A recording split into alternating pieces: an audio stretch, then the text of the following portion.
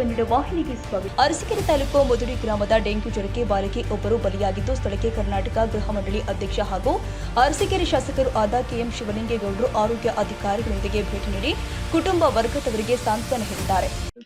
ಈಗ ಈ ನಮ್ಮಲ್ಲಿ ಮುದುಡಿನಲ್ಲೊಂದು ಡೆಂಗ್ಯೂ ಬಂದು ಸತ್ತೋಗ್ತಲ್ಲ ಮಗು,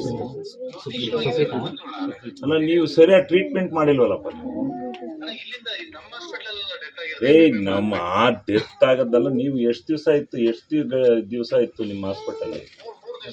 3 ದಿವಸದಲ್ಲಿ ಏನು ನೀವೊಂದು ಮೆಡಿಕಲ್ ಇದ್ರ ಟೆಸ್ಟ್ ಮಾಡಿಲ್ಲ, ಬ್ಲಡ್ ಟೆಸ್ಟ್ ಮಾಡಿಲ್ಲ, ಸರಿಯಾದ ರೀತಿ ಟ್ರೀಟ್ಮೆಂಟ್ ಮಾಡಿಲ್ಲ. ಬರೀ ಇವು ಗ್ರಾಜುಯೇಟ್ಸ್ ಇವರು ಅವ್ರು ಮಾತ್ರ ಬಂದು ನೋಡಿರೋದು.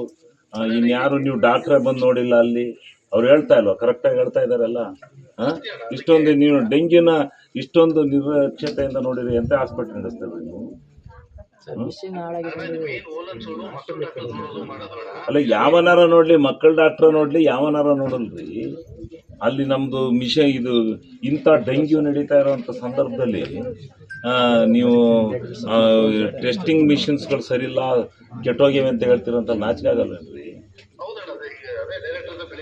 ಡೈರೆಕ್ಟ್ರ್ ಅಲ್ಲ, ಈಗ ನಾನು ಹೇಳ್ತೀನಿ ತಡ್ರಿ, ಇದು ಹೊಣೆಗಾರ ನಿಮ್ಮನ್ನ ಹೊಣೆಗಾರ ಮಾಡ್ಬೇಕಾಗತ್ತೆ ಆಸ್ಪತ್ರೆ.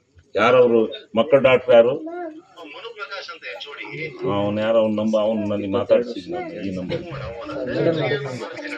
ಯಾರ ಡೈರೆಕ್ಟ್? ಈ ಸಂದರ್ಭದಲ್ಲಿ ತಹಶೀಲ್ದಾರ್ ಸಂತೋಷ್ ಕುಮಾರ್, ಇಒ ನಾಗರಾಜ್, ತಾಲೂಕು ಆರೋಗ್ಯಾಧಿಕಾರಿ ತಿಮ್ಮರಾಜು ಹಾಗೂ ಇನ್ನೂ ಹಲವಾರು ಅಧಿಕಾರಿಗಳು, ಗ್ರಾಮಸ್ಥರು ಉಪಸ್ಥಿತರಿದ್ದರು.